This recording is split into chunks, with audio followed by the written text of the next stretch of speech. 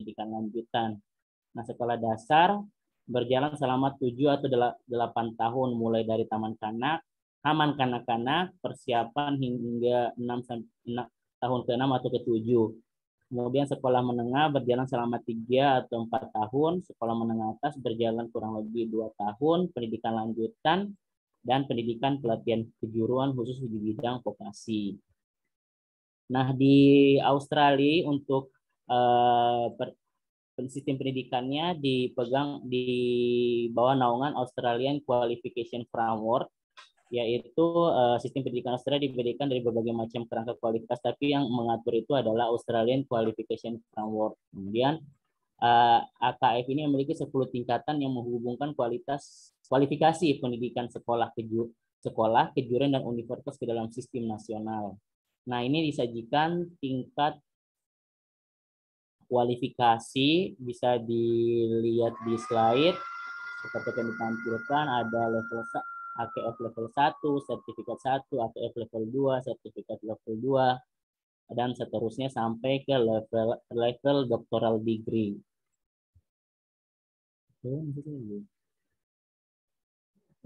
Kemudian ada lagi satu, kami mengambil contoh yaitu Taiwan.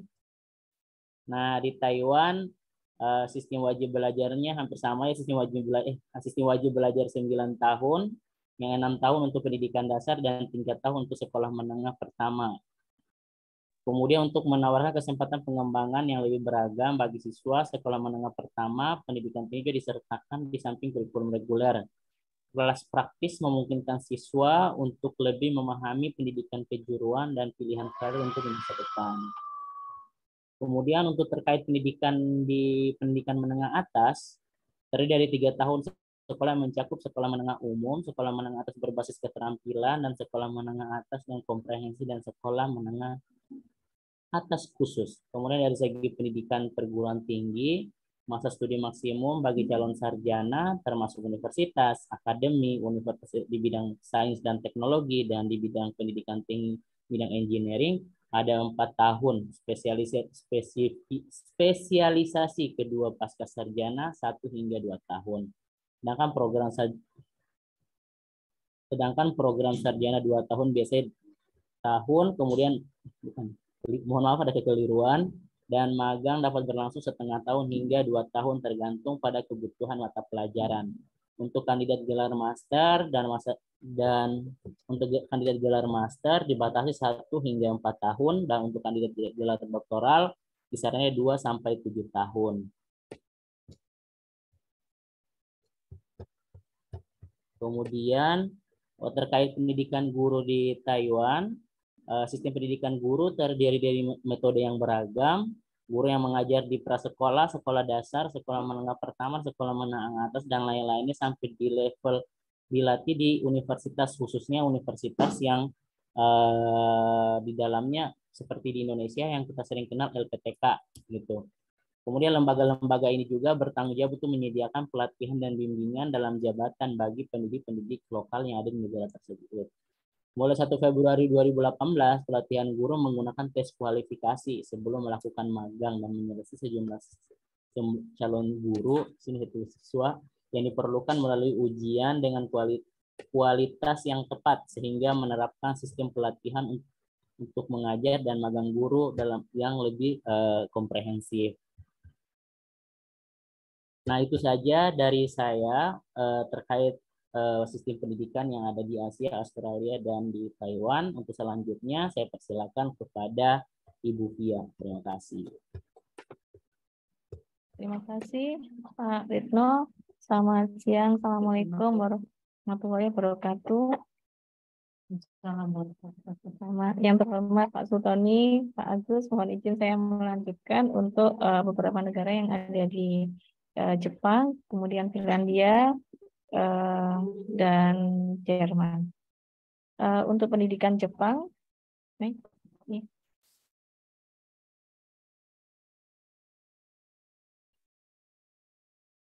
untuk pendidikan di Jepang, untuk pendidikan tinggi, untuk pendidikan tinggi itu harus seseorang itu apabila ingin menempuh pendidikan tinggi di Jepang, dia harus menyelesaikan 12 tahun masa pendidikannya, yaitu hampir sama dengan di Indonesia. Untuk pendidikan dasarnya SD 6 tahun, kemudian untuk pendidikan menengah SLTP dan SLTA masing-masing selama 3 tahun. Kemudian di Jepang terdapat 5 lembaga pendidikan tinggi yang bisa dimasuki oleh mahasiswa asing, yaitu salah satunya adalah College of Technology, kemudian ada Specialist Training College, kemudian ada Junior College dan universitas, dan yang terakhir untuk pendidikan tingginya adalah pasca sarjana, di mana untuk pasca sarjana ini terbagi menjadi dua garis besar ya. Di sini ada universitas negeri, di mana kalau di Jepang ada universitas lokal publik dan universitas swasta. Next. Kemudian untuk tahun ajaran di Jepang, kalau kita memakai semester, kalau di Jepang ini memakai 3 bulan ya. Jadi nanti ada catur bulan. Jadi dimulai dari April sampai Maret tahun berikutnya. Dan ini berlaku untuk semua jenjang baik dari sekolah dasar maupun sampai perguruan tinggi. Untuk biaya sekolah dari SD sampai SMP di sana ini gratis. Kemudian waktu sekolah juga menggunakan sistem catur bulan tadi yang kami sampaikan. Dan untuk Agustus sampai September ini ada libur selama 40 hari untuk musim panas. Kemudian masuk kembali bulan September. Untuk bulan September, mohon maaf. Untuk bulan September masuknya 5 kali dalam seminggu. Nah, untuk wajib belajar usia 6 tahun sampai 15 tahun, jadi ini wajib. Dan bagi orang tua yang kedapatan tidak menyekolahkan anaknya, di sana akan mendapat punishment atau hukuman.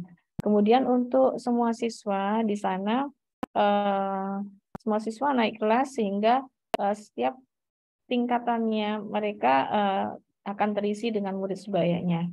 Kemudian di sana juga tidak ada kelas khusus atau kelas unggulan atau mungkin kelas akselerasi untuk siswa-siswa yang pandai. Untuk kurikulum akan diperbarui 10 tahun sekali mengikuti perkembangan teknologi. Di sana pelajarnya dilarang untuk menggunakan kendaraan bermotor sendiri ke sekolah.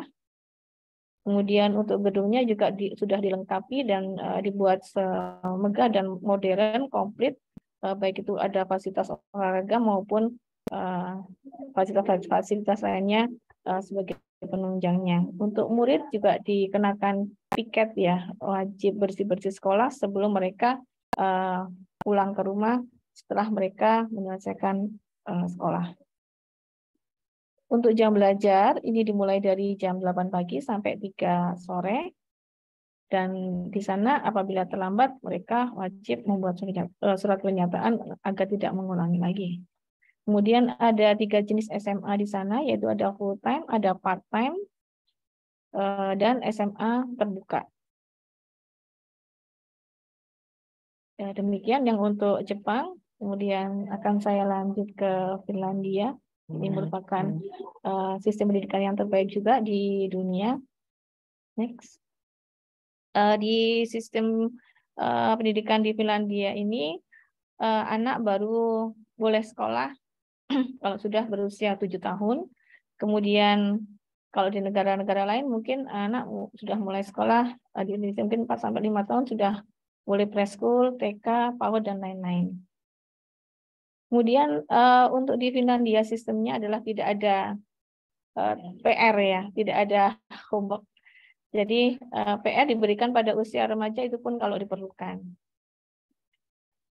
Nah, untuk rapot tidak ada rapot, tidak ada kompeten, jadi tidak ada kompetisi antara siswa maupun antar sekolah.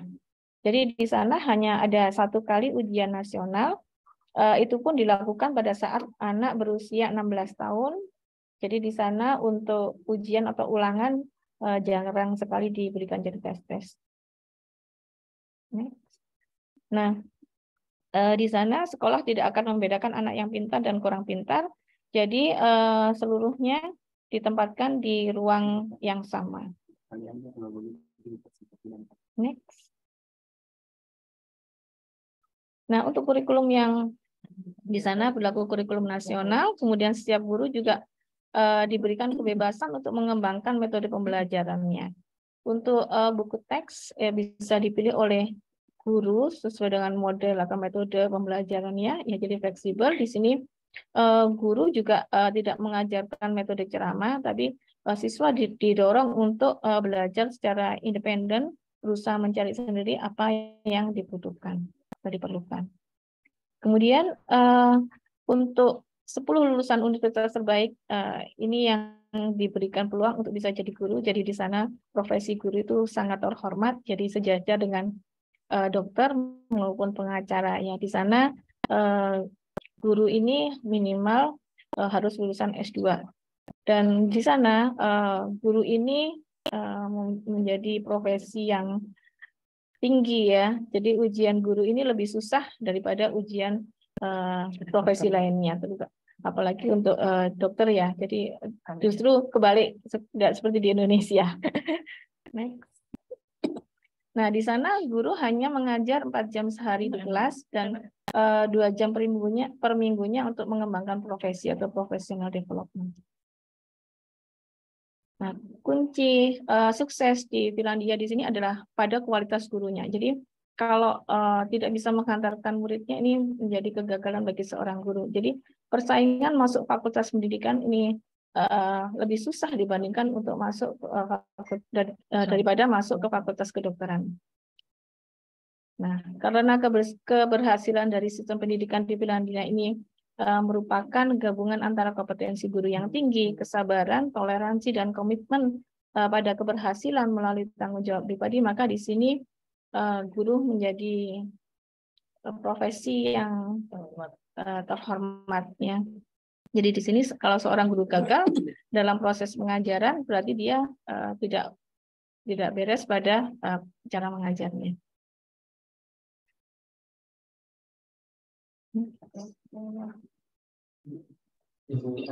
Ya.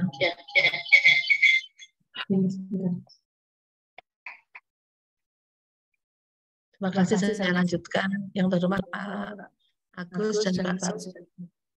Ini saya lanjutkan pendidikan yang ada di Amerika Serikat.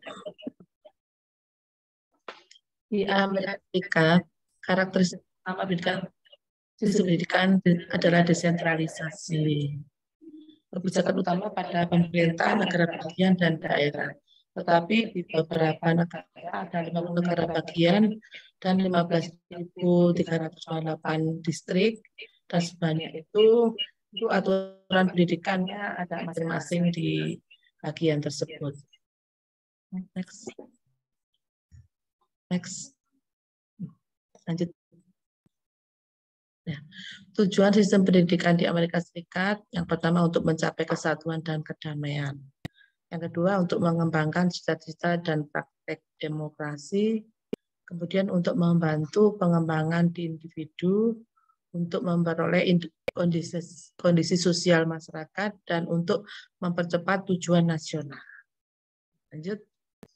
Sedangkan struktur dan jenis pendidikan yang ada di Amerika Serikat adalah dimulai dari taman kanak-kanak, lanjut pendidikan dasar, grade, usia antara 1-8 tahun, masa studi 1-8 ditambah 4 tahun, dan SLTA.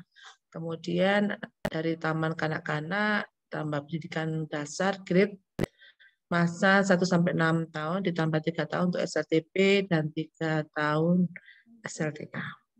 Kemudian taman kanak-kanak dan pendidikan dasar grade 1-4 atau 5 tahun ditambah 4 tahun SLTP dan 4 tahun SLTA.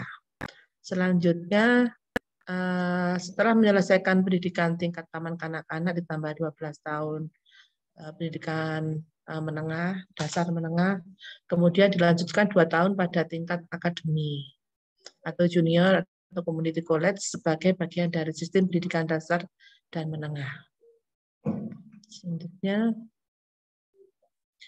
sedangkan kurikulum dan metodologi pengajaran yang ada di Amerika Serikat terintegrasi atau integrated kurikulum, metode mengajar berpusat pada murid atau student-centered teaching method, pengajaran atas dasar kemampuan dan minat individu atau individualis interaction. Ada sekolah alternatif, sesuai perkembangannya muncullah metode pengajaran baru yaitu teaching, program instruction, laboratorium bahasa, televisi, dan pengajaran dengan bantuan komputer. Untuk selanjutnya, saya akan menampilkan beberapa video. Mohon share screen.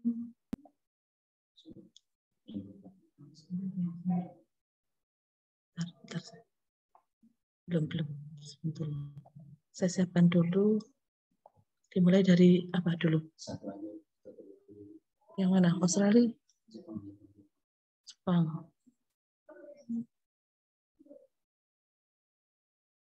Jepang ya.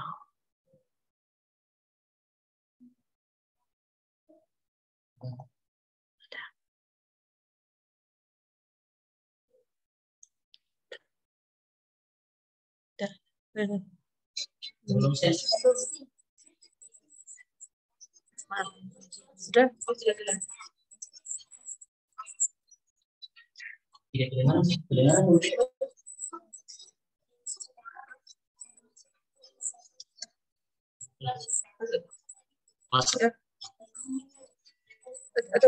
Ulangi.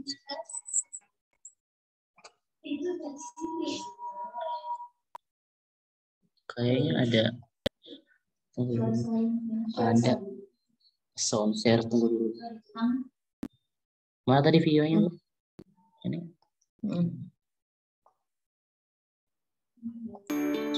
Let us see what kind of education is provided in Japan for children to grow up strong in today's fast-changing society.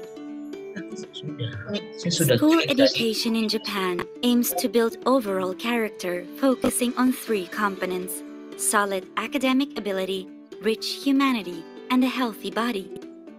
Let us listen to teacher voices on how such balanced education is provided in schools. What do teachers give the most importance on in classes? 理科の授業では自然に親しむ中で理科の見方考え方を働かせ、自然に関わる中で問題を発見し、そしてそれを解決することのできる資質能力の育成を目指しています。子どもたちが問題を科学的に捉え、科学的に分析し、客観的な判断・行動ができるようになってほしいと願っています。そのためには与えられた学習ではなく、子どもたちが自ら獲得している学びになっているかということをとても重要視しています。子どもが自ら獲得していくからこそ主体的な学びになり、力になると考えています。How do teachers build children's health and physical strength? 日本では体育の授業を通じて健やかな体を育むことを目指しています。また身体能力だけではなく、ルールを守ること、友達とのコミュニケーションを通じてチームワークを高めることなども目指して指導しています。また栄養豊富な給食を毎日提供しているほか、各学校に設置された保健室や養護教諭、栄養教諭による健康指導、健康教育を行っています。How do teachers guide or interact with children to foster rich humanity? 日本では道徳の授業だけではなく、子ども同士の関わりというところを大切に私たちは見守って指導しています。例えば一日の生活では朝の会、帰りの会、それから給食、掃除、それ以外の係の当番なんかもみんなで取り組んで参加して、その中でお互い感謝の気持ちを持ってお礼を言ったり、ちょっと手を差し伸べたり協力したり、相手を思いやって活動しているなと思います。また全校では1年生から6年生までみんなで運動会、音楽会、卒業の会などを一緒に作っていきますので、学年が違ったり個の思いが違ってもお互い協調しながら、相手を思いやりながらという活動があるから、道徳心なんかも学べるんじゃないかなと思います。Why do teachers need to equip children with a healthy body and rich humanity as well as academic ability? 人は社会の中で生きています。子どもたちも社会の一員として学んだことを社会の中で生かしていく、そういう態度が非常に大事だと思います。さまざまな集団の中で生活していくわけですから、協力して物事を成し遂げる力というものが必要になってくると思います。いくら高い学力があってもそういう力がないと学んだことが十分に生かされないということになると思います。またよく食べて寝て運動して心身ともに健康な体を維持するということは学んだことを高いレベルで発揮するということでも非常に必要なことだというふうに考えています。As we have seen, teachers across the country are engaged in providing the balanced education of solid academic ability, rich humanity, and a healthy body for a bright future.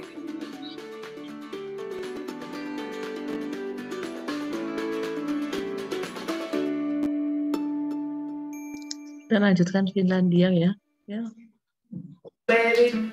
Finland is a vastly different country with a tiny, homogeneous society. But its education success must surely offer some lessons for Australia. I would like to say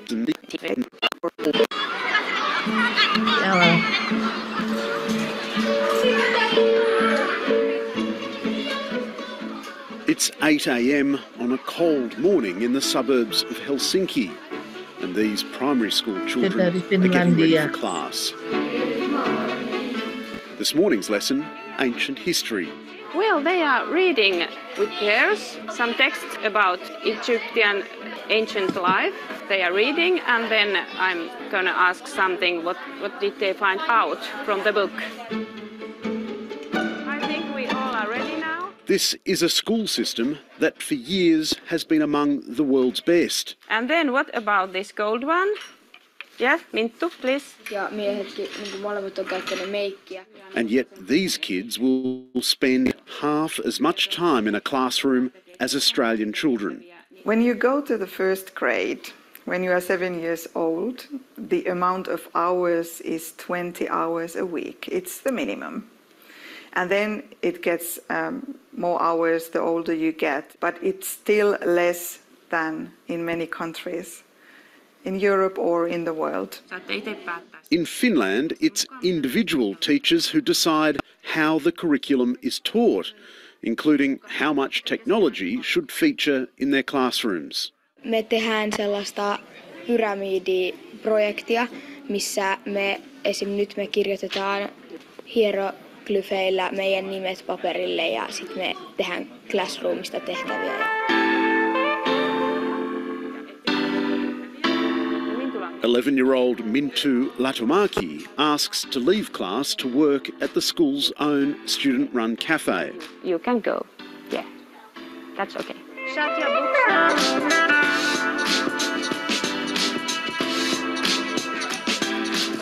Hello. One cake for the cameraman, one cake for me, and 2 coffees. How much is it? €2 and 60 cents. How much change? €2 and 40 cents. Petos. Perfect. Is there a tip jar? Do you have tips? No. No tips. Okay. In Finland, school lunches, like books and excursions, are free. The kids select what they want, sit down with their friends and teachers to eat before they clean up after themselves. The children rug up again to play outside. Some play a raucous version of soccer, some play basketball, while others wait for the hockey rink to open. There are plenty of options for bad weather days too.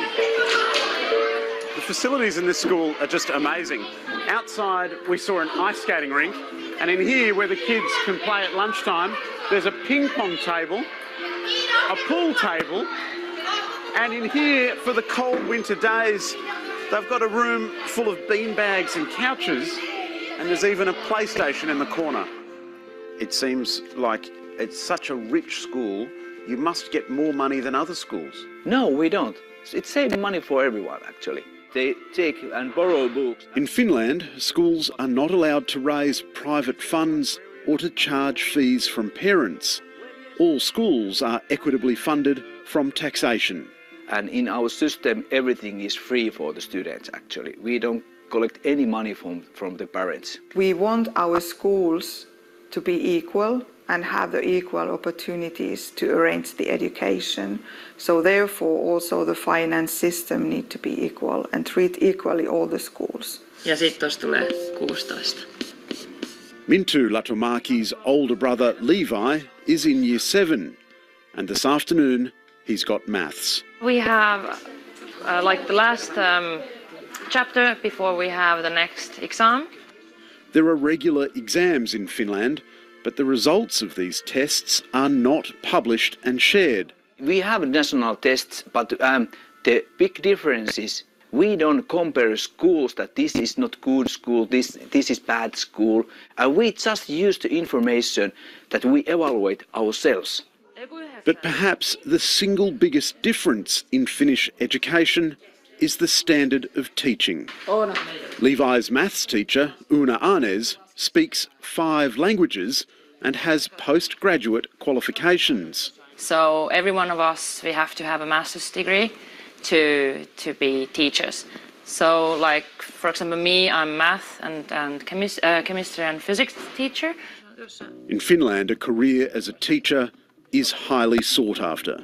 To enter the studies in university, actually, it's really hard. They take something like 10% to study teaching. If you really want to be a teacher, it can't be your second or third or I don't know what kind of option. It has to be your first. I believe that they know what is the best for our children. I'm not a teacher, I don't have that education, so we don't interfere their work. In Finland, there's little anxiety about finding the right school for your child. We trust that they have very good school, so we don't need to do any research work or... I think that is not a question in Finland. Finland is a vastly different country with a tiny, homogenous society. But its education success must surely offer some lessons for Australia. I would like to say that try to build the system that you trust the people. And its investment in teachers seems an obvious place to begin. The society respects the teachers. It means also the parents respect the teachers and they don't question the teachers. And that's in Finland a really huge thing.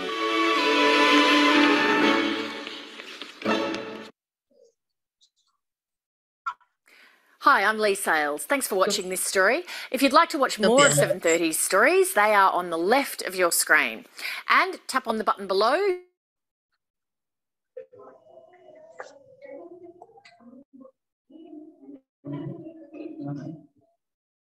Ya, sudah.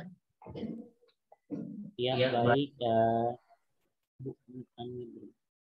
Baik, itulah presentasi yang dapat kami sampaikan, yang kami dapat tampilkan terkait beberapa sistem pendidikan yang ada di beberapa negara.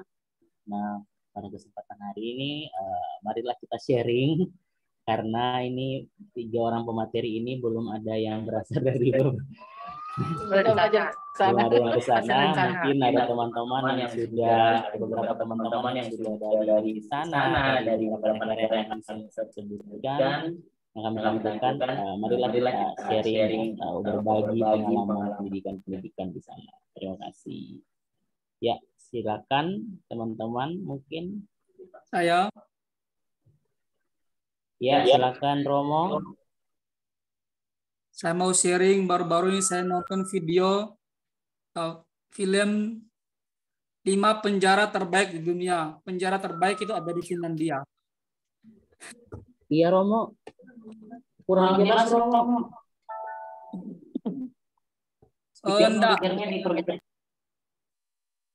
Baru-baru ini saya nonton sebuah video yang berjudul 5 penjara terbaik di dunia, dan penjara terbaik juga ada di Finlandia. Itu pertanyaan, itu yang pertama. Yang kedua, apakah suara saya didengar? Halo? Bisa. Terdengar, Pak. Terdengar, Pak.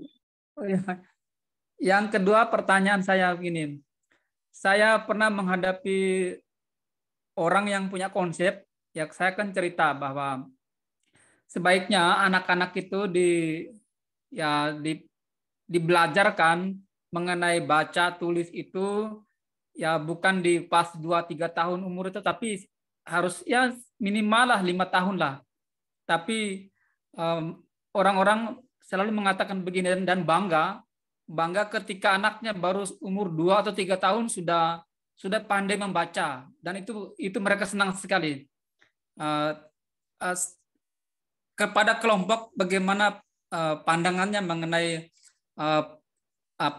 pola pendidikan yang demikian, yang ya artinya orang sudah menjadi lebih bangga ketika anak-anak mereka itu sudah pintar terlalu awal gitu. Terima kasih. Baik Romo, terima kasih.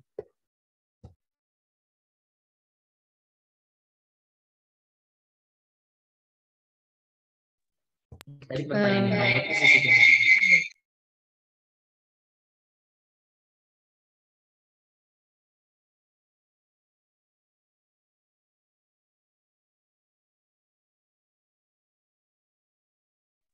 Selamat siang Romo, mungkin yang ditanyakan Romo ini apakah bagaimana sistem penjara di Finlandia gitu Romo?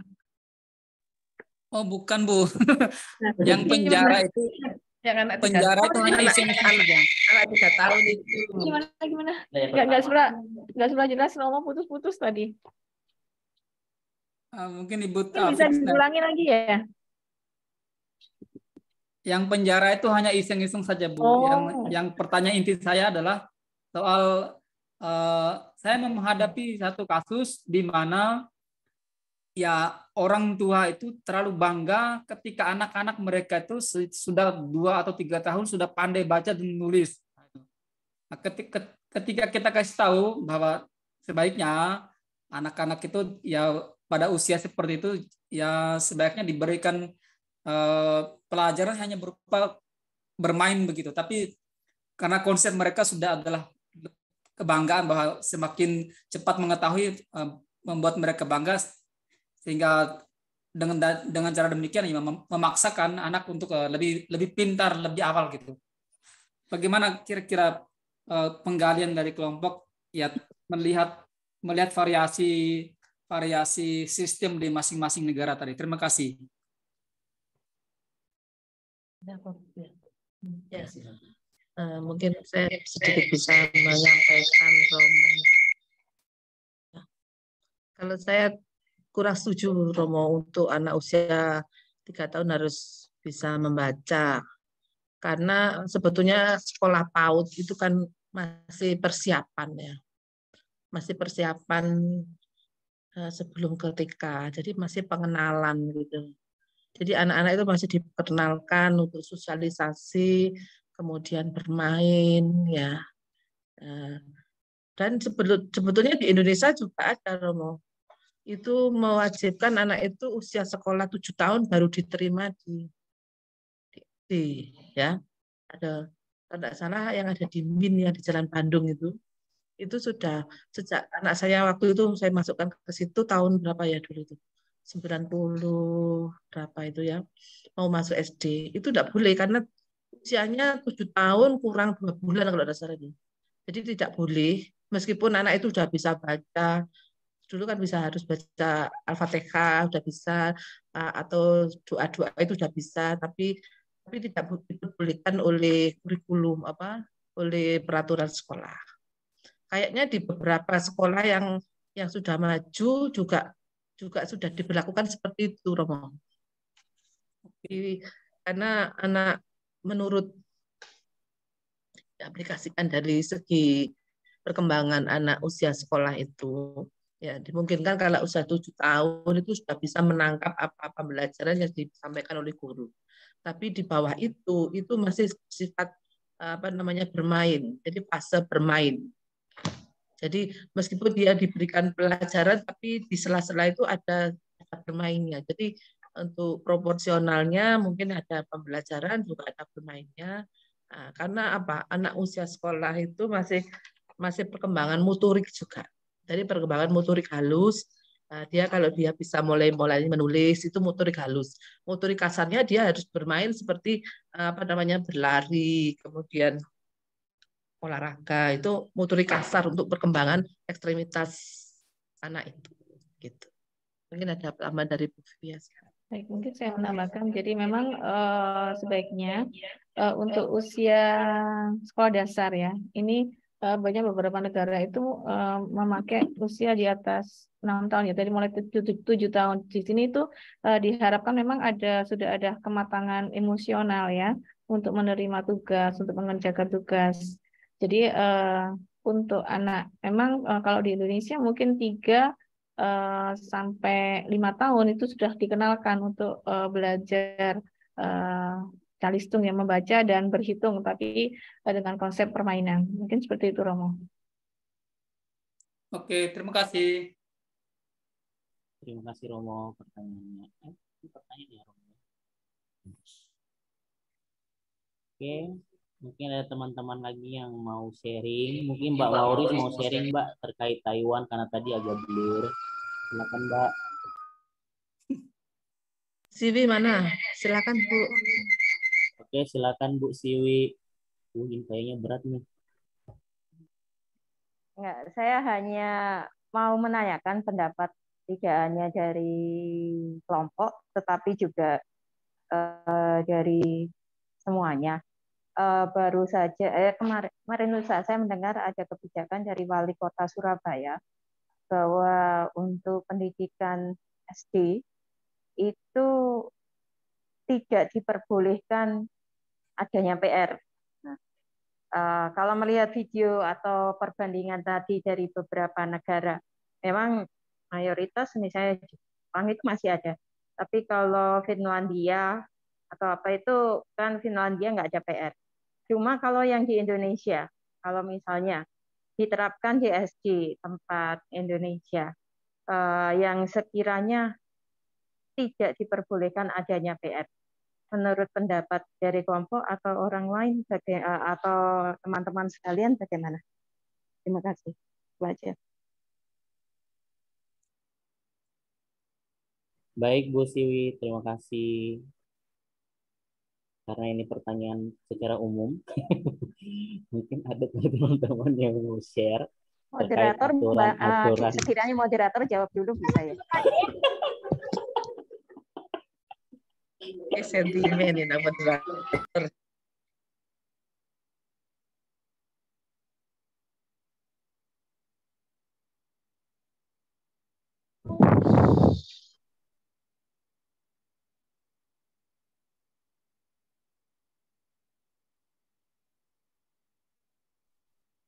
Suaranya masih off.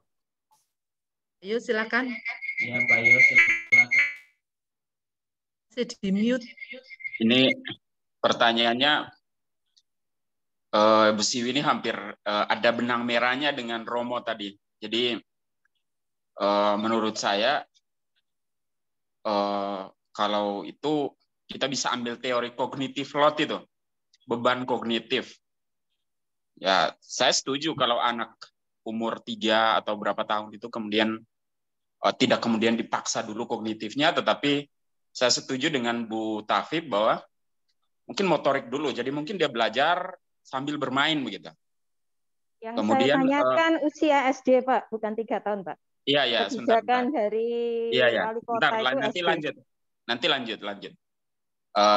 Kemudian di usia SD juga saya sebenarnya setuju kalau dengan kebijakan itu soal tidak ada homework, karena teori yang sama sebenarnya, cognitive load itu, beban kognitif. Anak-anak kan sekarang kalau saya lihat di beberapa sekolah negeri itu pulangnya sudah jam 2. Jam 2 apa jam 3.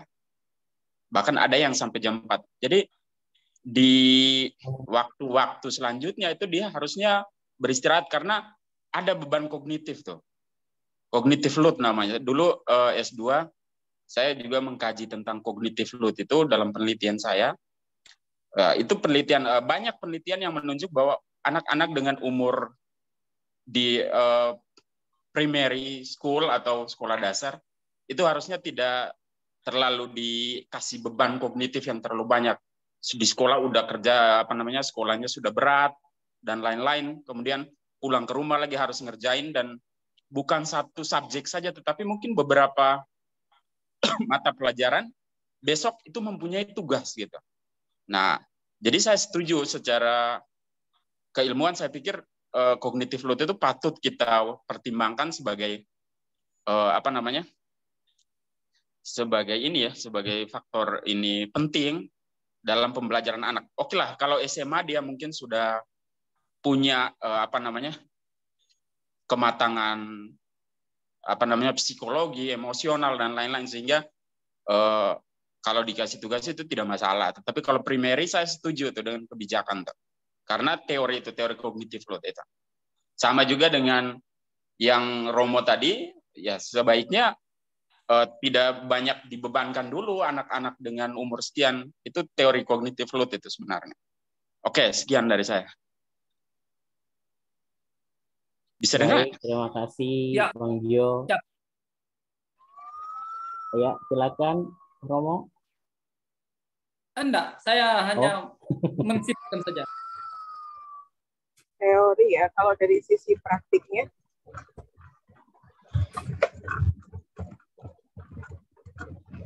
Silakan Bu Wikan. Ya, terima kasih Mas Rito. Ini sebetulnya tadi kepencet Mas. Iya, ini ada Tapi komen lah. dari Ibu Dian Ratna Pusmanda bahwa di Bojonegoro ada beberapa sekolah dasar yang tidak memberikan PR tapi full day sampai pukul 13. Nah, kalau 15.00. Tapi kalau dari pengalaman saya, seperti apa yang disampaikan oleh Ibu Siwi tadi, bahwa tugas rumah atau homework itu memang sebaiknya tidak diberikan. Mungkin tadi Bang Jo sudah menyampaikan teori kognitif, teori ya salah satu itu cognitive load. Namun kalau saya mengambil pengalaman sih, contoh pengalaman khususnya kemarin sewaktu di pandemik atau di luar masa pandemik. Waktu saya jadi volunteer Ayo Mengajar Indonesia itu, jadi anak-anak itu overload dengan tugas yang diberikan. Sehingga pulang dari rumah itu bukannya istirahat atau online itu, semua tugas dibebankan sama orang tua. Jadi orang tua itu double job. Selain mengurusi rumah tangga, mengurusi apa, juga mengurusi tugasnya anak-anak di sekolah yang sangat menumpuk. Sehingga kalau ada kebijakan seperti peniadaan tugas rumah atau PR itu menurut saya cukup baik jika diimplementasikan. Itu kan baru salah satu kota yang ada di Indonesia ya. Belum di seluruh kota yang ada di Indonesia, baru salah satu kota. Mungkin ada tambahan dari teman-teman lain. Terima kasih. Menambahkan boleh Mas Ritno? Silakan Bu Ikan. Iya. Jadi ini pengalaman dari anak saya sendiri. Kebetulan anak saya sekolah di SD Lab UM ya. Memang dari awal sekolah, dari masuk sekolah kelas 1 ya, itu memang tidak diberikan PR oleh pihak sekolah. Sehingga anak ini ketika pulang dia itu langsung istirahat. Dan entah kalau pagi karena tidak ada beban ya, sehingga bisa istirahat, nggak ada PR, nggak ada apa. Ketika untuk masuk sekolah lagi itu semangatnya itu lebih bagus, lebih baik daripada teman-temannya yang lain. Karena yang teman-temannya lain itu yang sepantaran kebetulan di lingkungan rumah, itu masih ada yang mengerjakan PR gitu. Itu kalau dilihat sisi kesiapan sekolah, kesemangatan, ketertarikannya itu berbeda. Nah itu sih kalau dari saya. Jadi sudah bukan diforsir ya, kebetulan kalau SDUM itu kan bukan yang full day. Jadi kalau materinya juga dibuat menurut saya juga cukup ringan juga, kemudian tidak ada kelas, cukup memaksimalkan untuk si siswanya ini. Ya sih kalau pengalaman saya di SDUM ini. Jadi tidak full day ya. Tidak full day dan tidak ada tugas sehingga tidak ada beban untuk siswanya sendiri. Baik Bu Ikan, terima kasih atas masukannya. Mungkin dari ini ada pengalaman dari ibu-ibu mungkin yang dari berbagai daerah yang ada di Indonesia. Kan ini kan contohnya Jatim nih, mungkin ada yang dari Bali, ada yang dari timur sana, dari barat lagi, ada Kalimantan, mungkin ada yang mau cerita. Silakan. Saya mau tanya lagi, boleh Ya, Kak? silakan Bu Tika. Oh, sorry. Oh ya, oke baik. Sedikit menambahkan ya, kebetulan saya sendiri kan ngajarnya di Prodi PGSD. Ya, jadi yang saya ajarkan itu nanti calon-calon guru SD. Dari sisi beban alokasi ya, kalau menurut kurikulum di sekolah dasar itu kalau di SD 6 kali 35 menit. Jadi kurang lebih kalau tidak full day itu jam 12 sudah pulang. Tapi kalau sistemnya full day, dari dulu sebenarnya wacana ini kan sering ini ya muncul ya semenjak menterinya Pak Muhadjir Effendi itu dulu juga sempat ada wacana itu. Jadi memperbolehkan tidak ada PR, tetapi dalam sekolah itu pelaksanaannya secara full day sehingga artinya dari beban kurikulum sendiri itu biasanya jam 12 itu sudah selesai. Jadi 2 jam setelah itu biasanya dilakukan untuk pengembangan bakat, pengayaan, dan juga sekaligus tadi misalnya ada penugasan atau apa terkait dengan PR itu bisa diselesaikan di jam-jam setelah jam 12 tadi. Sehingga harapannya kalau full day itu anak tidak membawa beban ke rumah gitu. Itu dari dulu sudah ada sebenarnya. Cuman ini karena apa ya fokus di satu daerah itu ya di Surabaya atau di Jawa Timur sehingga semakin ke sini semakin nyaring gitu istilahnya, apalagi semenjak ini menterinya Pak siapa Mas Menteri itu makin mendukung, apalagi adanya Merdeka Belajar gitu. Itu yang membuat jadi semakin viral lah istilahnya ya wacana itu. Sebenarnya wacana itu kan sudah lama. Dan memang baiknya kalau anak SD itu kan tidak dibebani dengan yang namanya pekerjaan rumah, tetapi tidak menutup kemungkinan masih dikasih pun tidak masalah, tetapi tidak secara rutin setiap hari begitu. Dan itu pun kalau dari sisi teorinya sendiri itu kan kalau kita PR-nya bukan yang harus mengerjakan soal teori begitu ya, tapi kalau bisa diarahkan ke hal yang proyek yang melatih anak tidak hanya dari sisi kognitifnya tapi juga dari sisi psikomotornya atau keterampilannya gitu. Dan soft skill-nya itu dilatih tidak hanya di sekolah tapi di rumah dengan pendampingan orang tua. Itu Pak Ridno. Baik, terima kasih. Dari saya mungkin. Bagaimana? Oh, Pak Umbu, silakan Pak Bang Umbu. Ya, baik. Kalau dari saya yang pertama, saya sepakat dan mendukung kebijakan pemerintah Surabaya ya. Surabaya untuk tidak memberikan PR. Pasti ya, ini kebijakan yang tentunya dilematis, pro kontra. Tapi tentunya yang pertama saya berpikir bahwa toh dengan kebijakan pendidikan kita yang selama ini memberi anak-anak SD itu beban tugas ataupun PR tidak merubah ataupun kualitas pendidikan kita masih tetap buruk, baik dari skor PISA, dari skor mutu pendidikan kita masih tetap berada di level yang atau di ranking yang bawah. Jadi artinya memang penelitian-penelitian ataupun riset-riset saya juga tidak menemukan yang mencoba mengafirmasi atau menegaskan keefektifan pekerjaan rumah itu terhadap pengembangan kompetensi seorang anak yang masih di level SD itu yang pertama. Yang kedua tentunya kan kita sudah berada di abad 21 yang mana pembelajaran abad 21 itu tentunya harus pembelajaran yang berparadigma abad 21.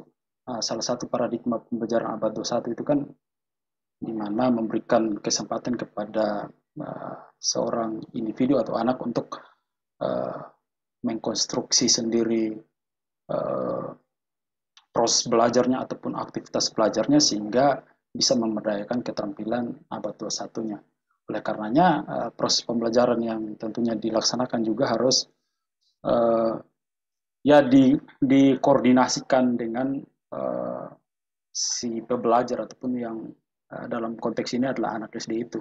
apakah mau dikasih tugas ataupun dikasih PR. Dan tentunya juga saya sepakat dengan Bu Tika barusan tadi, sebaiknya tugas-tugas yang diberikan itu ya tugas-tugas yang berparadigma Ubuntu 1, yaitu project based learning dan lain-lainnya yang tentunya di dalam bisa memberdayakan kolaborasi, kreativitas, dan lain-lain. Jadi esensinya seperti yang dikatakan Bang Jo tadi itu, beban kognitif itu memang betul adanya. Jadi teori-teori itu juga yang tentunya bisa menjadi latar belakang seorang pendidik untuk bisa memikirkan beban belajar ataupun tugas belajar yang harus dikondisikan untuk seorang peserta didik. Menurut saya mungkin seperti itu. Baik, terima kasih Bang Umbu. Ya, itu mungkin tanggapan dari beberapa teman ya, Bu Siwi. Ya. Saya boleh tanya lagi? Sebentar Romo ya, sebelum kita melangkah ke tahap berikutnya, karena tadi saya sudah persilakan untuk, mohon maaf Romo, sudah mempersilakan Mbak Mauris untuk bercerita sedikit terkait Taiwan. Gitu. Silakan Mbak Mauris, waktu dan tempat dipersilakan. Ya, terima kasih Mas Moderator. Saya sharing aja apa yang saya dapatkan pas 2 tahun ya, kurang lebih 24 bulan di Taiwan. Terutama untuk dari tingkat pendidikan memang tidak berbeda ya dengan Indonesia. Sekolah dasar 6 tahun, 3 tahun, 3 tahun, dan juga, nah ini yang mulai menarik memang di pendidikan tinggi atau perguruan tinggi. Menariknya adalah, mungkin saya dapat cerita karena banyak juga teman-teman adik-adik Indonesia yang dari SMA langsung, terutama yang punya keturunan Chinese ya, mereka akan diarahkan untuk S1-nya di Taiwan. Namun ada perbedaan sedikit terkait cara masuknya, untuk cara masuk perguruan tinggi. Kerennya tuh saya kaget, Masya Allahnya mereka bisa memilih 33 jurusan dari semua, entah itu perguruan tinggi negeri atau swasta. Jadi seperti SBMPTN ya untuk kita. Jadi mereka masih juga ada tes tulis yang dimana dianggap sebagai suatu tes formal tertulis serentak secara nasional untuk memilih kampus. Nah, kalau saya SBM 3 pilihan ya. 3 pilihan. Nah, sedang kalau di Taiwan 33. Itu memang untuk mahasiswa lokal. Dan untuk dari yang luar atau seperti adik-adik kita yang dari Indonesia, mereka akan setelah berangkat ya sampai di Taiwan, mereka akan mengikuti matrikulasi atau kurang lebih sekitar 1-2 tahun. Itu tergantung dengan kemampuan bahasa Mandarinnya mereka. Dan itu harus ditujukan mereka harus memiliki akta kelahiran yang memiliki nama Chinese gitu kan. Mungkin saya nggak tahu sih, kita nggak ada yang keturunan Chinese mungkin ya. Itu ditujukan mereka marga apa, dan itu akhirnya berhak mengikuti sekolah matrikulasi itu. Dan yang berhak menyelenggarakan sekolah matrikulasi tadi sama seperti universitas yang memiliki IKIP gitu ya, pendidikan di Taiwan sana. Dan menariknya selain bahasa, mereka pun juga akan dimatrikulasi terkait juga dengan materi-materi. Jadi mereka seperti diharapkan nggak kaget dari SMA, mata pelajaran SMA dari Indonesia, lalu disesuaikan. Mereka sudah memiliki kurikulum terkhusus dari mungkin dari anak-anak dari Indonesia, pun juga banyak dari Filipina, Vietnam, pokoknya negara Asia Tenggara. Mereka sudah tahu, oh anak Indonesia butuhnya mata pelajaran ini gitu. Jadi selama matrikulasi kurang lebih 1-2 tahun tadi akan diajari seperti itu. Dan untuk tes masuknya teman-teman S1 tadi ikut sama mengerjakan soal SBM tadi bersama anak-anak lokal. Jadi untuk keketatannya untuk masuk pun juga lumayan ketat. Cuma dari 33 jurusan pasti ada lah. Kemarin biasanya teman-teman dari Indonesia masuklah di pilihan ke-29 atau 28 gitu, mepet-mepet seperti itu. Dan sama juga ada kampus swasta dan kampus negeri. Dan yang saya temukan lagi selanjutnya, karena mereka tidak skripsi, Bapak Ibu, memang cepat ya. Tadi Mas Ritno menyampaikan memang selama 4 tahun, tapi tidak menutup kemungkinan apabila mereka sudah memenuhi SKS dan top achiever student ya, mereka bisa lulus di tahun ketiga, bahkan semester 6 atau semester 7. Biasanya mendapatkan privilege untuk lulus di semester 6 adalah anak-anak yang memang dari semester 1 sudah ranking. Ya benar, nggak salah. Jadi dari awal mereka satu angkatan udah tahu nih, oh anak-anaknya ranking itu ini. Dan tuh biasanya anaknya itu aja. Di IPK-nya di-share dari satu angkatan dari nomor 1 sampai akhir tuh dikasih tahu urutannya. Dan biasanya anak-anak ranking 1 tuh boleh mengambil SKS yang lebih gitu kan ya. Dan sangat sangat adaptable sekali. Jadi nggak harus milih mata kuliah yang ada di satu fakultas. Mereka feel free sekali apabila sudah masuk semester 3 mereka bisa memilih mata kuliah di luar fakultasnya. Jadi nggak harus 24 sih, bahkan ya sekuatnya lah, semaksimalnya itu yang ada di kampus saya dan juga di kampus sekitar saya. Namun saya melihat kekurangannya karena mereka tidak skripsi. Nah, apabila teman-teman ini ingin melanjutkan pasca sarjana, master, di mana tentu kebanyakan by research, nah ini kesusahan sekali. Tadi bahkan bilang di PPT Mas Ritno benar banget, kalau di kita 2 tahun ya normal, di sana tuh master tuh 4 tahun yang normal. Bahkan saya pun juga masih memiliki teman dari saya masuk ya tahun 2019 itu dia sudah tahun kedua. Sampai sekarang dia juga belum lulus, ini sudah tahun ke-6 master. Apalagi yang doktor S3. Maka saya juga nggak mau lanjut di situ karena untuk S3 di sana dianggap seperti bekerja juga. Akan menjadi asisten dari profesornya, juga ngajar, juga harus tanggung jawab untuk riset juga. Jadi nggak cuma oke, udah semester 6, semester 7, seminar hasil udah kelar. Sidang tuh enggak. Banyak sudah sidang, banyak yang sudah Scopus berjibun pun juga sudah banyak. Namun sama profesornya tidak dilepaskan. akan ditahan untuk menjadi tenaga pengajar juga di sana. Jadi mungkin kekurangannya di bagian itu kali ya, peralihan dari sarjana ke pasca sarjana. Namun benar sekali ada kekurangan, ada kelebihannya. Kelebihannya karena mereka magang itu wajib. Dan magang ini seperti kita kayak kampus Merdeka kali ya. Namun dia mungkin sudah lebih lama dari kita. Namanya bukan kampus Merdeka. Nah, ini akan diberikan pilihan apakah mereka mau di magang industri, yang mana itu mereka milih sendiri, atau mereka harus student exchange. Dan itu merupakan sebuah kewajiban. Mereka hanya punya 2 pilihan itu. Atau yang saya tahu, sepupu saya kebetulan masih juga di Taiwan, ada namanya seperti community service. Itu mengumpulkan poin sampai poin di angka tertentu dari semester 1, mungkin dari semester 1 dia akan bantu gitu ya, volunteer di seperti international office, membantu tentang hubungan antar kampus atau mungkin jaga di akademiknya kampus, itu pun juga mendapatkan poin. Bersih-bersih kampus, bersih-bersih kelas, poin itu menjadi tabungannya mereka juga. Kalau semisal untuk yang tadi ya, untuk yang exchange dan juga magang kan karena perlu biaya. Kadang ada yang sampai magang ke luar negeri dan segala macam, itu nggak di-cover sama kampus. Jadi salah satu caranya yaitu menabung poin tadi. Dan menurut saya memang itu sih, tentang kelebihan dan kekurangannya pasti ada untuk dari segi kegiatan independen tadi, entah magang atau yang mau lanjut pun juga susah seperti itu. Dan untuk yang bisa ngajar di kampus untuk di Taiwan memang yang sudah harus dapat gelar profesor. Bahkan untuk yang dapat untuk gelar doktor itu mungkin jatuhnya nanti kebanyakan kerjanya akan di industri. Itu sih gambaran saya. Baik, terima kasih Mbak Mauris atas cerita singkatnya terkait Taiwan. Jadi kita punya gambaran khususnya Taiwan. Oke, mungkin ada pertanyaan dari Romo, tapi mungkin pertanyaannya Romo bisa sebentar karena efektivitas waktu kita sudah di pukul berapa ini. Nanti ya, Kak? Langsung aja nanti dibantu ya, hanya informatif Pak. saja. Minta maaf Pak, diminta bantuan Pak Agus dan Pak Sultani langsung menjawab. Halo? Ya, silakan Romo. Hanya informatif saja. Tadi itu saya lihat variasi sekali antar negara itu. Ada yang pakai seragam, ada yang tidak. Kira-kira kenapa itu? Terima kasih. Silakan, Mbak.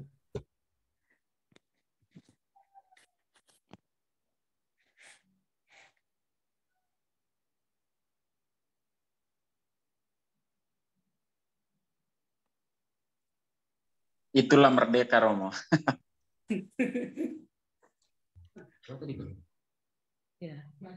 Ya, tergantung dari daerahnya atau negaranya yang peraturannya. Saya lihat tadi di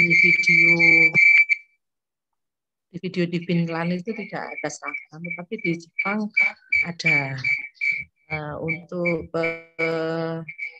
sebetulnya saya pernah mendengar ya, kalau salah waktu workshop dari tokoh pakar pendidikan sebetulnya anak itu tidak perlu disamakan karena mempunyai sifat personal gitu. Jadi kalau semakin diberikan seragam, semuanya diatur, diseragamkan itu malah tidak bisa bebas katanya seperti itu. Tidak bisa mengeluarkan ide-ide yang menonjol pada anak. Mungkin mereka menganut seperti itu. Tetapi kalau ada beberapa yang diseragamkan mungkin untuk segi ketertiban atau kebersamaan gitu. Seperti yang ada di Indonesia, khususnya semua ada seragam sampai SMA. Ya, jadi kan selain sekolah mereka supaya tidak menonjolkan barang-barang yang lebih yang orang lain tidak bisa meraih atau membeli. Jadi diseragamkan supaya ada keselarasan seperti itu sesuai dengan peraturan disiplin yang ada di negaranya masing-masing. Mungkin itu Romo, mungkin yang lain bisa bantu. Mungkin saya bisa membantu menjawab dari masalah seragam itu ya.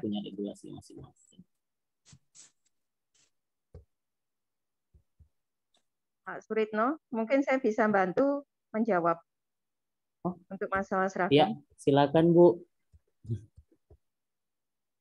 Ya, sebelum saya masuk militer, saya sempat ngajar juga di SMA Mater di Probolinggo. Saya juga sempat ngajar di SMP. Jadi saya nggak otomatis masuk ke militer. Jadi kebijakan seragam itu intinya sebenarnya kenapa diterapkan salah satunya di Indonesia ataupun di Jepang, juga di Cina, karena itu untuk melatih pertama kebersamaan, kemudian menghindari hidup atau sikap hedon. Karena kan memang di Indonesia kecenderungan kalau misalnya dibebaskan untuk menggunakan baju sesuai dengan keinginan, nah itu pasti akan tidak bisa menselaraskan dengan keluarga dari keluarga yang menengah ke bawah. Nah itu akan sangat mempengaruhi secara psikologis bagi anak-anak tersebut. Walaupun memang hanya beberapa hari saja. Saya pernah mengalami sendiri pada setiap hari Sabtu, bagi saya dulu waktu saya sekolah di SD Katolik swasta. Itu setiap hari Sabtu bagi saya adalah hari yang dimana tidak menyenangkan. Karena apa? Setiap kami diminta untuk menggunakan baju bebas, bukan baju seragam, itu merupakan ajang di mana kami sebagai anak yang menengah rata-rata itu terkadang menjadi mempunyai efek yang tidak baik secara traumatis atau apa, itu bisa membuat kelanjutannya dia untuk minat belajar. Oleh karena itu saat saya sudah mulai menjadi guru, kemudian juga mengalami juga ini kebijakan di Indonesia kenapa diseragamkan itu karena itu. Saya sangat setuju apabila diseragamkan. Kecuali kalau misalnya di Finlandia, karena kemampuan mereka untuk menyadarkan atau sadar bahwa kehidupan sosial itu adalah mengerti antar satu sama lain, tidak mendiskreditkan dan sebagainya, itu di Finlandia sudah ini. Karena tingkat pendidikan mereka itu sudah sangat tinggi. Itu aja, Pak Ritno. Terima kasih. Terima kasih, super sekali. Saya juga pernah mengalami. Dulu saya pernah mengalami waktu pertama kali di Akademi Keperawatan Poltekkes, yang sekarang jadi Poltekkes itu, Akademi Keperawatan Depkes Malang itu. Nah, pada hari-hari tertentu itu kita tidak menggunakan seragam. Tapi apa yang terjadi? Tidak karu-karuan modelnya. Jadi akhirnya adik kelas, kebetulan saya angkatan pertama, kemudian adik kelas seterusnya digunakan seragam. Maka bahkan hari Jumat pun sekarang ada seragam tapi batik. Gitu. Ya, karena itu tadi mungkin yang disampaikan oleh Bu Siwi tadi. Jadi kalau dibiarkan terlepas itu modelnya tidak karu-karuan gitu. Itu ada yang sistemnya jor-joran atau dan lain-lain. Ya, itu saja. Terima kasih. Saya bisa sharing sedikit nggak? Ini pandangan saya sih sebenarnya. Ya, silakan Bang Jo. Oke, jadi saya sudah tulis di komentar tuh.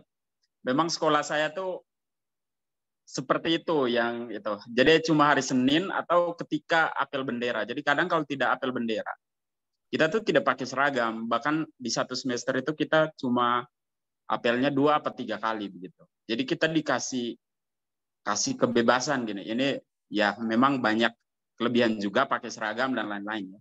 Jadi kita bebas rapi, intinya bersepatu, kemudian bajunya boleh kaos tapi yang berkerak. Ya. Tapi itu ya, dari segi kebebasan dan lain-lain itu saya pikir teman-teman saya dan saya sendiri itu kita bisa mempertanggungjawabkan. Sampai sekarang pun saya tidak terlalu suka kalau disuruh pakai seragam tuh. Kalau ini dulu saya pernah lolos tes di ini juga saya tidak mau karena memakai seragam gitu. Jadi ya itu cuma sharing saja.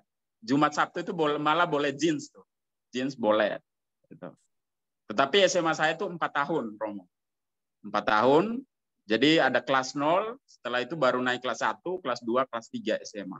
4 tahun. Tetapi bebas. Kemudian rambutnya itu boleh panjang sampai, jadi kita lihat kalau senior itu biasanya rambutnya sangat panjang. Nah, itu ciri dari sekolah saya tuh. Itu.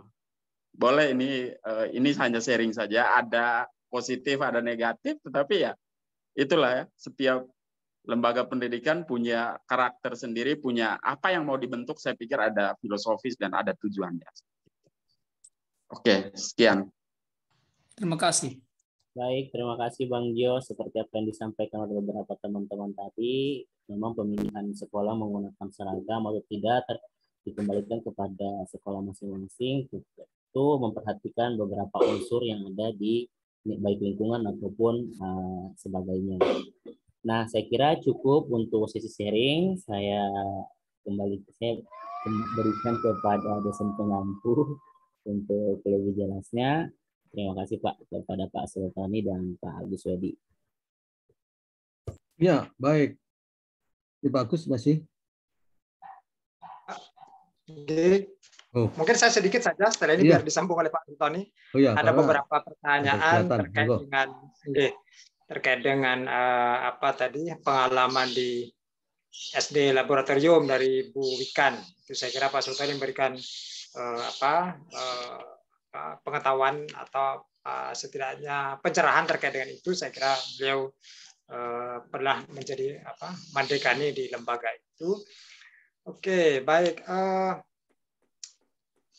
Nah, terkait dengan homework itu ya. Jadi apakah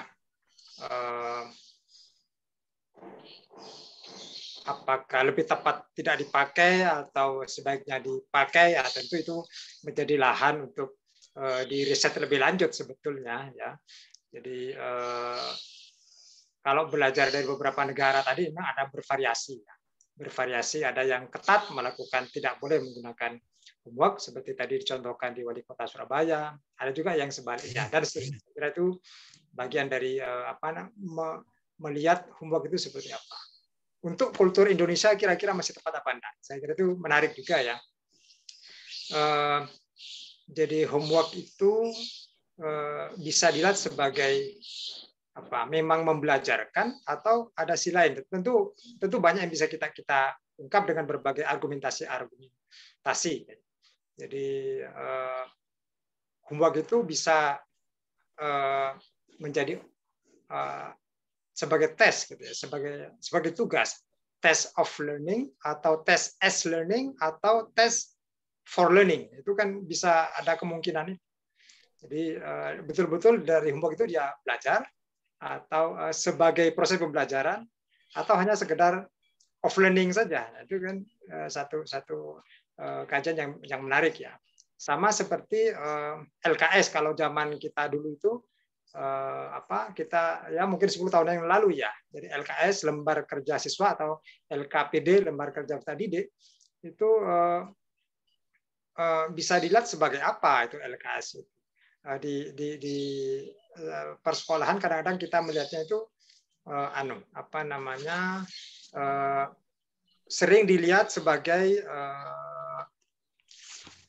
tugas ya, sebagai tugas akhir tanpa dilihat sebagai konteksnya sebagai bagian dari upaya memperdalam wahana untuk bimbingan guru dan seterusnya. Ya. Jadi saya kira ini menarik juga sebetulnya, apalagi tadi dikaitkan dengan pembelajaran full day, ada yang pembelajaran yang sampai jam sekian. Saya kira itu juga menjadi baik. Memang semua punya argumentasi. Ada yang tidak setuju sampai full day dengan menerapkan PR misalnya. Saya teringat waktu itu ada ketika Pak Menteri Pak Muhadjir itu mengatakan kenapa kok itu ya cukup saja pembelajaran itu hanya 5 hari saja sehingga Sabtunya bisa dia belajar tentang kehidupan misalnya gitu ya. Diajak ke sawah oleh orang tuanya di Sabtu Minggu dan seterusnya. Bagi guru mungkin dia kalau Senin sampai Jumat dia mengajari anaknya orang, nah sekarang Sabtu dia bisa berkompensasi untuk melihat anaknya sendiri dan seterusnya. Jadi banyak sekali argumentasi tentang itu terkait dengan PR seperti apa gitu ya. Tadi diberikan oleh Bu Tika terkait dengan jumlah menit ya, 6 kali 30 menit. Kalau itu terakumulasi maka jam 12 mestinya bisa pulang anak-anak itu ya.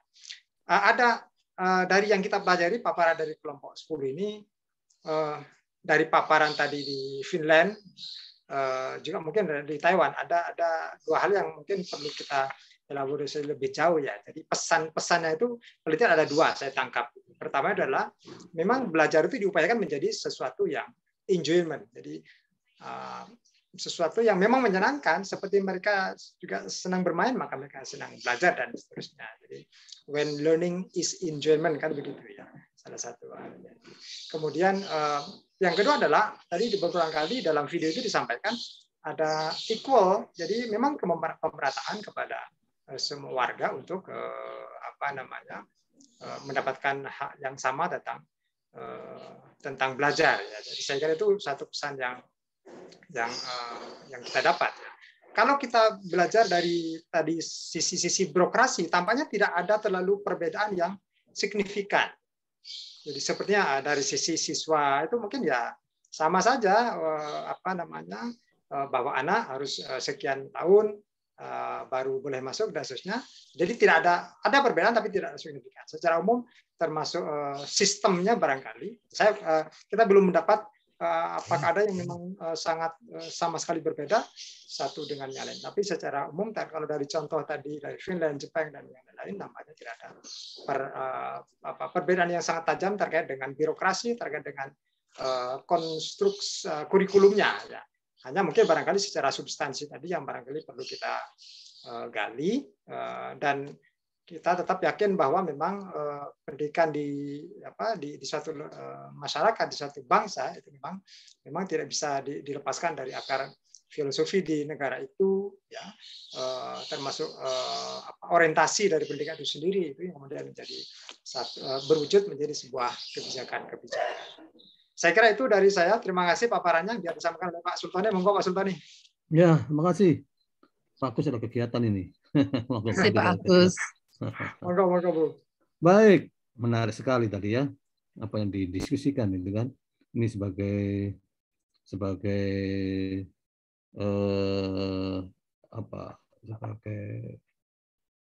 tambahan mungkin itu kan, atau sebagai distribusi kepada Indonesia maksudnya gitu kan. Mengapa negara-negara lain seperti itu, Indonesia seperti ini dan seterusnya. Perbandingan tadi memang ya tidak terlalu besar, gitu kan. Tapi ada beberapa memang yang berbeda, gitu kan, yang berbeda. Seperti anak umur berapa masuk, apa pelajaran dan seterusnya, memang ada berbeda, gitu kan. Ini ingat saya pada waktu saya masuk SD dulu, gitu kan. Masa kembali lagi ke 20, 30 atau 50 tahun yang lalu.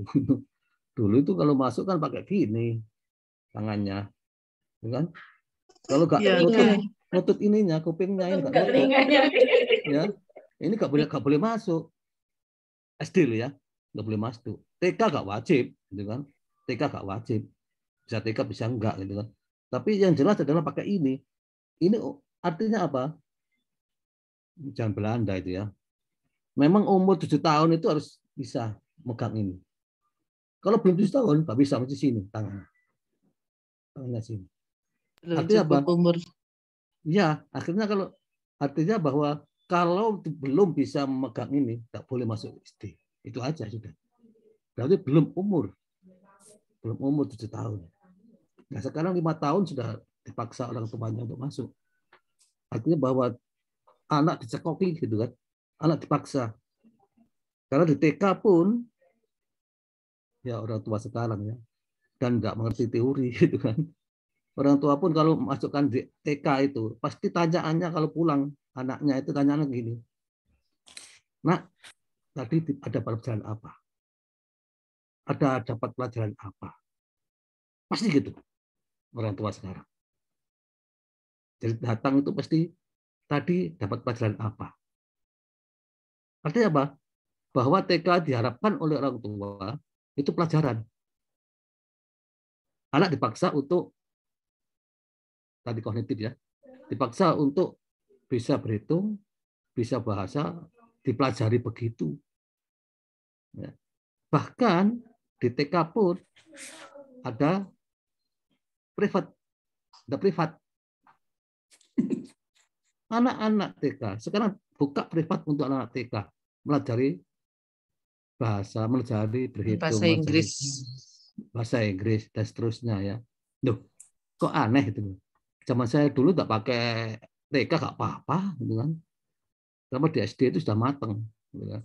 Sekarang orang tua itu yang menghendaki.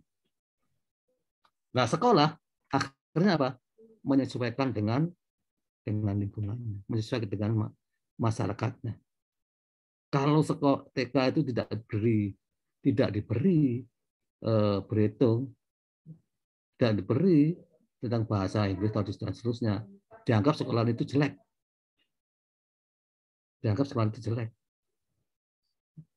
Itu kesalahan siapa? Ya orang tua, nggak ngerti apa-apa gitu kan. Dan sekolah pun berlomba-lomba untuk itu. Anak kelas A itu sudah bisa membaca. Nah, berlomba-lomba akhirnya. Siapa yang anaknya itu bisa membaca, bisa berhitung di TK itu, maka akan laris TK itu. Artinya apa? Bahwa orang tua menghendaki untuk itu. Sehingga sekolah menyesuaikan terhadap orang tua itu. Padahal, tadi Pak Zul ya, padahal katakan bahwa untuk kognitif itu jangan terlalu dipaksa seperti itu. Anak mempunyai kemampuan masing-masing. Nah, ini katanya dengan TK. Oh, dan SD Lab gitu kan.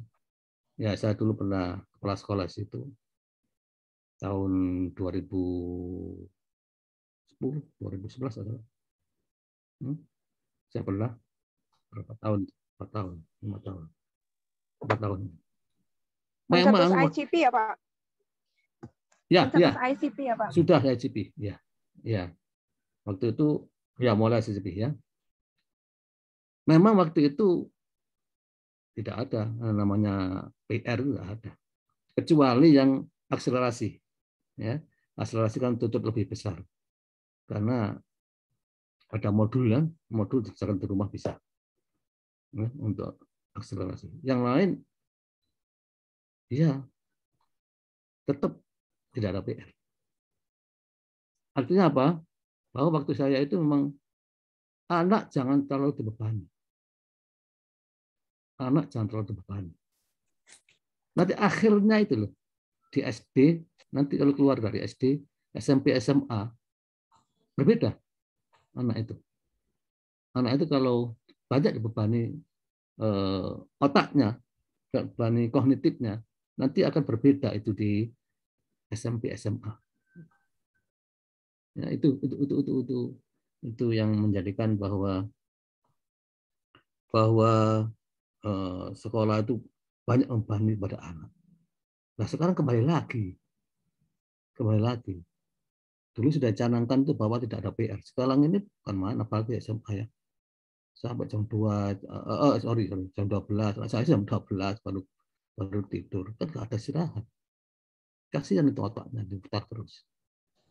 Ya itu betul kalau tidak diperbolehkan untuk PR. Itu benar. Ya. Jadi otak itu hanya cair. Tadi katakan oleh Bu Sama tadi, di TK itu, di SD lab itu memang berbeda. Anak akan gembira untuk belajar, gitu kan? Anak akan gembira untuk belajar. Karena fresh, pada waktu bangun pagi, fresh anak itu. Itu, saya coba nanti bisa menjadi masukan ke pemerintah misalnya itu kan. Dan itu menarik teliti ya, menarik teliti itu. Ya. Jadi anak yang banyak di PR dan anak yang tidak di PR, bagaimana pembelajarannya di sekolah? Nah, menarik itu, ya, menarik. Itu oke. Dan teorinya banyak itu ya. Itu untuk itu. Kemudian sistem pendidikan Indonesia dengan yang lain memang ada beberapa yang berbeda ya. Seperti Malaysia itu kan untuk SMA ya, sepanjang SMA itu kan 2 tahun. Ditambah 1 tahun tambahannya, tapi sini kan langsung 3 tahun, gitu kan? Coba di Malaysia. Malaysia ya saya dulu pernah sana tapi gak lama kan. Begitu 2 tahun tambah tes, namanya apa tes? Ada tes untuk jurusan dia, untuk pilihan dia, gitu kan? Apakah bahasa, apakah sains, apakah yang lain, gitu kan? Itu ada tesnya 1 tahun. 1 tahun 6 bulan nggak salah itu. 1 tahun 6 bulan ada tesnya. Berbeda dengan kita. SMA masuk ya sudah kelas 11 ya, 11, 12, 13. Ya sudah lulus gitu. Terus sana kan enggak ada itu sistemnya aja. Padahal sama saja itu 3 tahun ya. Tapi ada jenjang-jenjangnya seperti itu. Di Malaysia. Saya belum mendengar berapa hari sekolahnya di sana. Di Malaysia atau di Finlandia atau di Jepang itu berapa hari? Sama dengan kita 5 hari? 5 hari. Sama semua. Sabtu libur. Sabtu libur. Libur semua ya. Jepang itu sebelum. Tidak semua, tapi rata-rata di beberapa negara begitu. Rata-rata gitu ya, enggak semua. Ya. Saya dapat cerita dari teman yang ke Jepang gitu kan, ke Jepang. Di Jepang itu ternyata anak umur 2 SD ada yang enggak bisa membaca. Ada enggak bisa membaca. Artinya apa? Yang tadi saya katakan bahwa beban otak ini dan tidak harus bisa membaca untuk anak TK. Artinya itu. Jadi biarkan aja. Akhirnya bisa juga. Gitu kan. Itu ada. Ya, ada. Itu saya dengar dari teman ya. Belum di sana soalnya. Tanya begitu. Sehingga tidak semua di sana TK gitu kan. TK untuk wajib kalistung itu. Ya, kalistung itu. Kalau tadi benar bahwa di TK itu hanya bermain saja untuk melatih bagaimana anak itu bersosialisasi, bagaimana anak itu melatih terhadap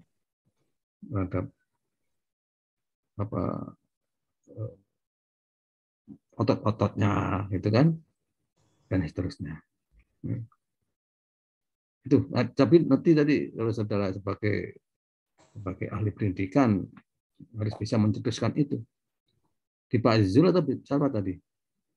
Yang seragam tidak pakai seragam tadi. Ya memang. Finlandia. Oh iya. Kami Pak. Oke, sini sudah ada. Sekolah Ya. kami juga. Bagus. Artinya apa? Indonesia ini kalau tidak pakai seragam, jor-joran seragamnya. Dulu pernah itu. Ya, Dulu betul, pernah Pak. itu. Ya. Di tempat saya di SD Lab dulu pernah. Ya. jor-joran. Artinya jor-joran itu yang nggak punya kasihan. Ya. Anak satunya itu pakai baju yang mewah, yang satunya pakai baju yang biasa, kasihan. Filosofinya begitu. Ya. Jadi jor-joran itu ya semua api-apian gitu kan. Kayak beda di sana kan biasa-biasa saja. Ya. Memang kebebasan untuk belajar bebas itu ya memang kalau seragam kan ya seperti itu gitu kan. Memang bebas untuk belajar. Tapi intinya itu jor-jorannya itu yang enggak diperkenankan gitu kan. Dulu pernah itu dicobakan. Tempat saya dicobakan ternyata begitu. Itu. Dan nggak pakai seragam hari Sabtu. Dulu Sabtu masih belajar. Iya, Sabtu masih belajar. Saya dulu punya ide bagaimana kalau Sabtu diliburkan. Sebelum libur ya, sebelum libur. Saya di SD Lab itu bagaimana kalau Sabtu diliburkan. Dulu Sabtu kan bebas itu kan. Diliburkan bagaimana? Ternyata dihitung oleh guru-guru, oleh wali kelas, oleh wakil kepala kurikulum, ternyata dihitung-hitung, wah, tambah 1,5 jam salah itu. Sehingga biasanya jam 1 udah pulang gitu kan. Itu sampai jam 2 gitu kan. Nah, ternyata berlakukan 5 hari ya jam itu memang. Makanya nggak jadi waktu itu. Terus berapa tahun kemudian dijadikan 5 hari. Gitu kan? 5 hari. Itu bagus. Artinya ada kesempatan untuk beristirahat. Gitu kan. Tapi sekarang lain loh ya. Anak tidak dikasih PR, katakanlah gitu ya. Sudah datang dari rumah, yang dipegang apa? HP. HP. Itu yang bahaya juga gitu kan. Ya sama aja. Nggak dikasih WR, tapi HP itu utek-utek. Ya kesibukannya HP akhirnya. Bukan istirahat lagi. Sebab repot ya. Kalau dikasih PR, ya jangan PR. Kalau enggak, ya HP. Gitu kan. Nah, memang beda. Zamannya sudah beda. Gitu kan. Zamannya sudah beda. Jadi kalau ibu-ibu dulu itu belum ada HP, bapak belum ada HP, sekarang jangan dimarahin anak-anak. Main HP, ay. Jangan dimarahin begitu. Ya. Karena zamannya seperti itu. Ya sudah. Gitu kan. Ya. Eranya seperti itu. Antara lain itu ya. Dan yang lain tadi sudah bagus lah. Tentang seragam, tentang apalagi tadi. Jam masuk dan tentang bagaimana BPN dan seterusnya. Ya, menarik. Itu bisa saudara kalau punya ide bisa diteliti itu bagus itu ya. Anaknya tidak seragam dengan seragam. Anak tidak ada PR, dengan yang tidak ada PR. Nah, bisa itu teliti. Baik. Baik. Ada komentar silakan. Atau ada pertanyaan atau komentar silakan. Cukup Pak. Cukup. Romo. Biasanya Romo ini. Terima kasih Pak. Cukup. Oke. Cukup bagus ya. Ya itulah zaman yang berbeda dan Mas Nasdem ini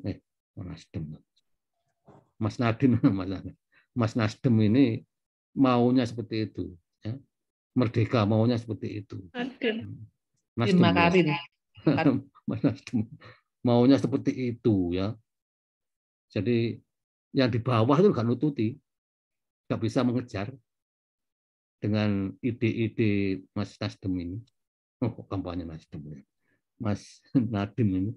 Yang bawah nututi. Kurikulum 13 saja, yang bawah kalang kabut. Yang bawah kalang kabut. Artinya apa? Belum siap guru-guru, tapi diperlakukan kurikulum itu. Tentang evaluasi. Pada waktu itu saya keliling Indonesia untuk melihat itu ya. Tentang evaluasi. Guru sama sekali tidak paham. Apa yang dievaluasi? Kenapa? SDM-nya tidak sama. Bisa mengikuti. Ya, tidak bisa mengikuti. Waktu saya di mana? Di Batam adalah itu. Ada laporan untuk kurikulum itu, ternyata bagaimana evaluasi dan seterusnya nggak berjalan. Makanya Nasdem lagi. Mas Nadiem ini wanti-wanti pada waktu awal dulu. Yang diperbaiki adalah SDM-nya. Yang diperbaiki adalah SDM-nya. Ya kan? SDM-nya harus diperbaiki. Kalau enggak, percuma. Ada kurikulum baru, ada itu. Ya pancet aja ngajarnya. Sudah dilatih macam-macam. Nanti di kelas loh. Tetap aja. Ya. Dan seterusnya. Dilatih apa aja lah. Masalah media, dilatih masalah membuat RPP dan seterusnya. Nanti di kelas ngajarnya sama saja tetap. PPG tadi evaluasi macam-macam. Kembali ke daerahnya, ya tetap ngajarnya. Nah ini yang perlu dibalik itu paradigmanya, balik paradigmanya. Jadi kalau ada perkembangan, mestinya perkembangan itu yang akan diterapkan di sekolah, bukan tetap aja ngajarnya. Nah mudah-mudahan dengan generasi muda ini SDM lebih bagus lagi, ya. Terus gajinya ditingkatkan, itu loh ya. Mestinya begitu. Seperti Finlandia tadi, guru itu lebih martabat, lebih martabat, lebih terhormat daripada dokter. Artinya apa? Bahwa di sana itu diutamakan SDM-nya. Kalau sudah diutamakan gitu ya, insya Allah akan maju Indonesia itu. Ya. Nah, mengapa masih mundur pendidikannya? Ya, geografi kita tidak bisa disamaratakan. Ya, kalau di kota oke, bisa lintas saja lah. Tapi kan menyeluruh daerah-daerah itu susah. Oke? Ya, sekarang itu pertemuan kita, dan ini pertemuan yang terakhir mungkin ya, karena 3 pertemuan lagi saudara akan mengerjakan individu, gitu kan, mandiri, gitu kan, mandiri, sehingga ya tatap muka atau tatap apa namanya, gitu kan. Barangkali saya Pak Agus ini barangkali mendampingi saudara ini kurang berkenan, ya mohon maaf, gitu kan. Dan terima kasih atas partisipasinya pertemuan ini. Ya. Bagus, Mubri. Terima kasih, Prof. Baik, saya kira kita bisa akhiri. Terima kasih semuanya. Mohon maaf. Terima kasih, Pak. Pak, bisa ini dokumentasi terakhir, Pak, via Zoom. Oke. Silakan. Minta tolong Mbak Nia ya, dan Mbak Mauris. Silakan rekan-rekan untuk mengaktifkan kameranya. Pak Silakan Sultoni, Pak Badi, senyum. Pak, mohon maaf Pak, mungkin bisa nanti pertama formal, kedua bisa agak ini ya Pak, bebas. Oke. Bebasnya apa ini? Baik.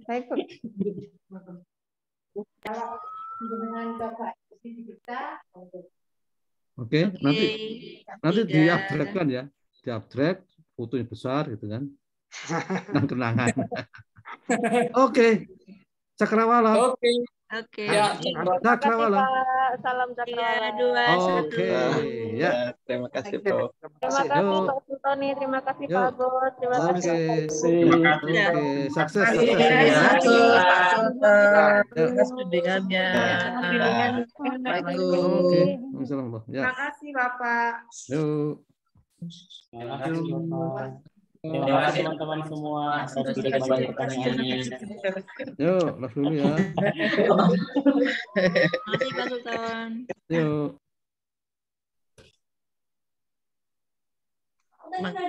Terima kasih Mas Ritno.